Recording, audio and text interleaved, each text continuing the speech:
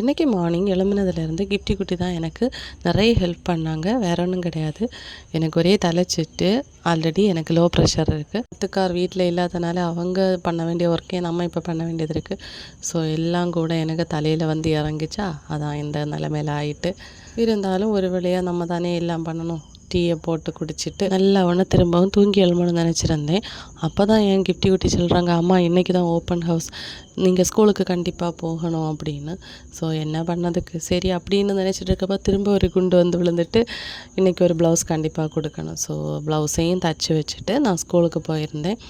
GIFT குட்டிக்கு ரொம்ப mark கம்மி தான். லாஸ்ட் வீக் வந்து ஃபீவர் வந்துடுச்சு. ஸோ அவங்க நல்லா ஒன்றும் எழுதலை எக்ஸாம். இருந்தாலும் என் ஃப்ரெண்டை பார்த்துருந்தேன். ஃப்ரெண்டை பார்த்ததுமே செல்ஃபியும் எடுத்துகிட்டு அப்படியே அடுத்த இடத்துக்கு போயாச்சு. லாஸ்ட் வீக் என்னோடய ஃப்ரெண்டு வந்து ஒரு காம்படிஷன் இருக்குது, ஆர்ட் ஃப்ரம் வேஸ்ட், நீ வாரியா அப்படின்னு கேட்டிருந்தாங்க. 3 பேர் பார்ட்டிசிபேட் பண்ணணும் அப்படின்னு. ஸோ நானும் முந்தி அடிச்சுட்டு போயிருந்தேன். பாருங்கள், இதெல்லாம் எங்களோட படைப்புகளுக்காக கொண்டு வச்சுருந்தது தான். இதில் வந்து பார்த்திங்கன்னா ஒரு சிரட்டை கொண்டு வச்சுருந்தேன், கோகோனட் ஷெல்லில் பாண்டா பண்ணுறதுக்காக. ஸோ இதெல்லாமே நாங்கள் பண்ணது தான், நிறைய பண்ணியிருந்தோம். பட் நமக்கு ப்ரைஸ் மட்டும்தான் கிடைக்கல. நெக்ஸ்ட் டைம் பார்ப்போம் அப்படின்னு சொல்லிட்டு மனசை தேத்திட்டு வந்தாச்சு. வேஸ்ட் மெட்டீரியலில் நம்ம அலங்கார பொருட்கள் செய்யணும். பாருங்கள், கம்மல் செஞ்சுருந்தேன்.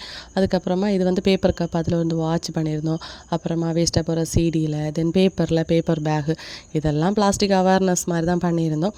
ஓகே, நான் ஃபஸ்ட்டு செகண்ட் ப்ரைஸ் எதுன்னு கூட நான் உங்களுக்கு மென்ஷன் பண்ணுறேன். ஜட்ஜ்மெண்ட் கரெக்டாக இல்லையான்னு நீங்களே கமெண்டில் சொல்லுங்கள். இதுதான் ஃபஸ்ட் ப்ரைஸ்.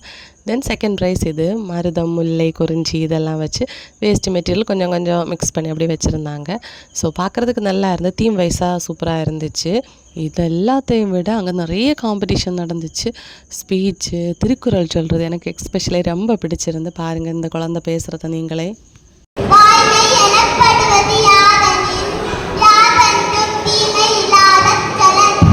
இப்போது டெய்லி ஒரு ப்ளவுஸ் தைக்கணும் அப்படின்னு முடிவெடுத்திருக்கேன். ஸோ ஒரு ப்ளவுஸ் காலமாக தைச்சிருந்தேன். அதை நான் அம்மா வீட்டில் கொண்டு போய் கை நூலும் போட்டிருந்தேன். செப்டம்பர் 1ஆம் தேதியிலேருந்து நம்ம ஸ்டிச்சிங் கிளாஸ் ஸ்டார்ட் பண்ணலான்னு இருக்கோம் ஆன்லைனில்.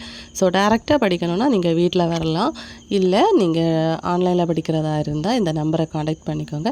ஆரி கிளாஸ் போயிட்டுருக்கு. திங்கட்கிழமை நெக்ஸ்ட் பேட்ச் ஸ்டார்ட் ஆகுது. ஸோ இப்போவே நீங்கள் ஜாயின் பண்ணிக்கோங்க. திங்ஸ் வேணும்னாலும் கமெண்டில் சொல்லுங்கள். ஸ்க்ரீனில் நம்பர் கொடுத்துருக்கேன். நீங்கள் மெசேஜ் பண்ணி என்னை காண்டாக்ட் பண்ணிக்கோங்க. அவ்வளோதான் வீடியோ. இஷ்டப்பட லைக் செய்ய மறக்கிறது. தேங்க்யூ.